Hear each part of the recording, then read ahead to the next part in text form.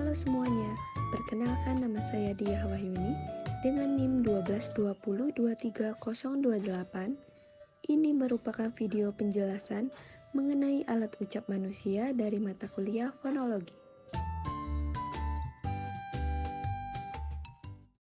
Sebelum menjelaskan bagian dari alat ucap, tentunya kita harus tahu terlebih dahulu apa itu alat ucap. Jadi, yang dimaksud dengan alat ucap ialah seperangkat organ manusia yang memiliki keterlibatan dalam proses terjadinya bunyi. Baiklah, coba perhatikan gambar berikut ini. Ada 25 bagian alat ucap yang terdapat pada manusia, yaitu sebagai berikut. Yang pertama, paru-paru. Fungsi paru-paru adalah sumber arus udara yang merupakan syarat mutlak untuk terjadinya bunyi bahasa. Namun, perlu diketahui bahwa bunyi bahasa dapat juga dihasilkan dengan arus udara yang datang dari luar mulut. Kedua, batang tenggorokan atau trakea, satu jalur dengan laring dan pita suara, sehingga bunyi yang dihasilkan itu bunyi glotalisasi, yaitu bunyi sertaan yang dihasilkan dengan cara glotis ditutup sesudah bunyi utama diucapkan. Ketiga, pangkal tenggorok atau laring. Laring berhubungan dengan pita suara karena laring melindungi produksi suara yang dihasilkan oleh pita suara. Keempat, ada pita suara. Kelima, krikoid. Krikoid berfungsi untuk udara dari paru-paru. Rongga tersebut dapat membuka dan menutup. Keenam, tiroid atau lekum, berfungsi untuk mengatur laju metabolisme dengan cara mengalir bersama darah dan memicu sel untuk mengubah lebih banyak glukosa. Ketujuh, aritenoid, merupakan tulang rawan hialin yang berpasangan, berbentuk piramid atau cangkul persendian dengan tulang rawan krikoid. Kedelapan, ada faring, berfungsi sebagai tabung udara yang akan ikut bergetar bila pita suara bergetar.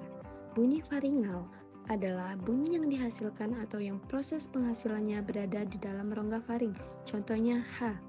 Kesembilan, ada epiglotis, merupakan susunan tulang rawan yang terletak di belakang lidah dan terletak di depan laring. Selanjutnya ada lidah. Lidah terbagi atas 5 bagian, yaitu akar lidah root, pangkal lidah dorsum, tengah lidah, daun lidah laminum, ujung lidah apek. Lidah dengan bagiannya dalam pembentukan bunyi bahasa selalu jadi artikulator aktif, yakni artikulator yang bergerak, sedangkan artikulator pasifnya adalah alat ucap yang terdapat pada rahang atas. Posisi lidah ke depan, ke tengah atau ke belakang, dan ke atas atau ke bawah menentukan jenis vokal yang akan dihasilkan. Selanjutnya ada uvula atau anak tekak akan merapat ke dinding faring kalau arus udara keluar melalui rongga mulut, dan akan menjauh dari dinding faring kalau arus udara keluar melalui rongga hidung. Yang ke-16 ada langit-langit lunak atau velum, berfungsi sebagai pembentukan bunyi bahasa. Langit-langit lunak mulut juga digunakan ketika kita berbicara, terutama dalam kata-kata yang berawalan dan berakhiran eng, seperti pada kata dong. Yang ke-17 ada langit-langit keras, menghasilkan bunyi sebagai berikut. Yang pertama, bunyi apikopalatal, bunyi yang dihasilkan oleh ujung lidah dan langit-langit keras. Bila ujung lidah itu membalik ke arah belakang, maka bunyi yang dihasilkan adalah bunyi retrofleks, contohnya D.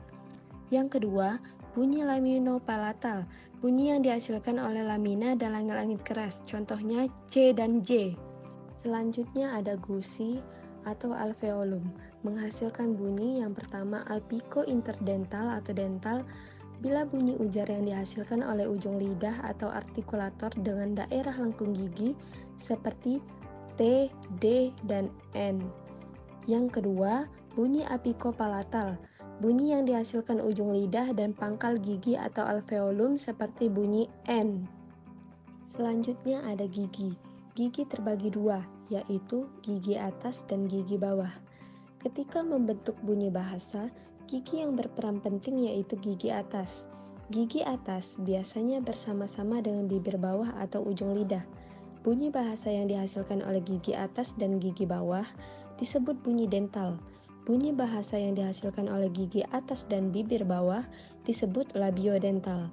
Adapun bunyi bahasa yang terbentuk oleh gigi atas dan ujung lidah disebut bunyi apikodental. Selanjutnya ada bibir atas dan bibir bawah. Dalam pembentukan bunyi bahasa, bibir atas bisa menjadi artikulator pasif dan bibir bawah menjadi artikulator aktif. Bunyi yang dihasilkan disebut bunyi bilabial seperti bunyi B dan bunyi P. Bibir bawah bisa juga menjadi artikulator aktif dengan gigi atas sebagai artikulator pasifnya. Lalu, bunyi yang dihasilkannya adalah bunyi labiodental dari kata labium dan dentum. Selanjutnya rongga mulut. Bunyi yang dihasilkan rongga mulut adalah bunyi nasal dan oral.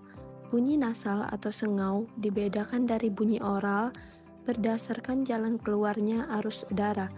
Bunyi nasal dihasilkan dengan menutup arus udara keluar melalui rongga mulut, tetapi membuka jalan agar dapat keluar melalui rongga hidung.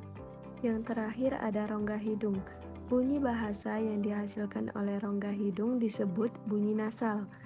Bunyi nasal ini dihasilkan dengan cara menutup rapat-rapat arus udara di rongga mulut dan menyalurkannya keluar melalui rongga hidung. Bunyi nasal yang dihasilkan dengan udara lewat rongga hidung contohnya M dan N.